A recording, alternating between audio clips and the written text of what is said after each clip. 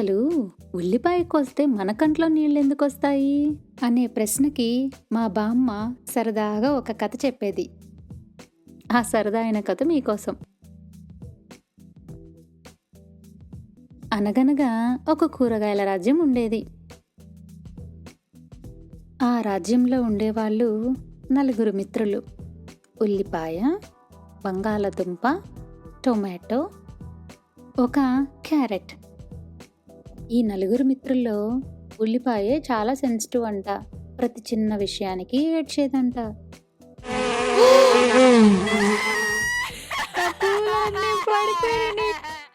ఒకరోజు వీళ్ళు నలుగురు కలిసి సరదాగా రాజ్యమంతా తిరిగొద్దామని అనుకున్నారు.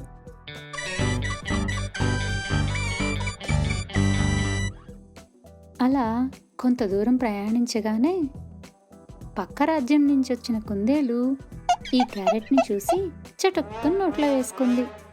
అది చూసిన ఈ మిగతా ముగ్గురు మిత్రులు లబోదిబో అని ఏడవడం మొదలుపెట్టారంట.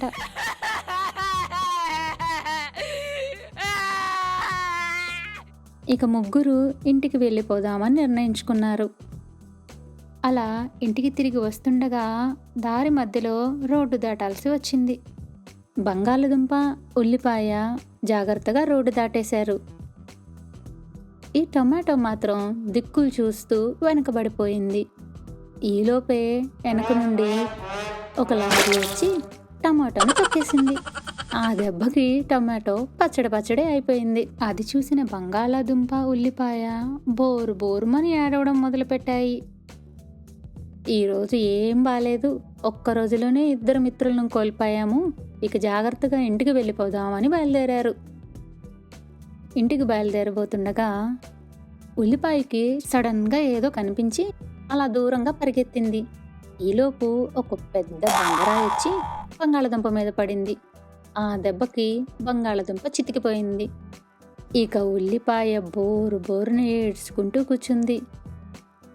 ఆ ఉల్లిపాయ బాధ చూడలేక దేవుడే ప్రత్యక్షమయ్యి ఏం కావాలో కోరుకో అన్నారు. దానికి ఆ ఉల్లిపాయ, నా స్నేహితులు చనిపోయినప్పుడు ఏడవడానికి నేనున్నాను, రేపు నేను చనిపోతే ఏడవడానికి ఎవ్వరూ లేరు అని బాధపడిందంట.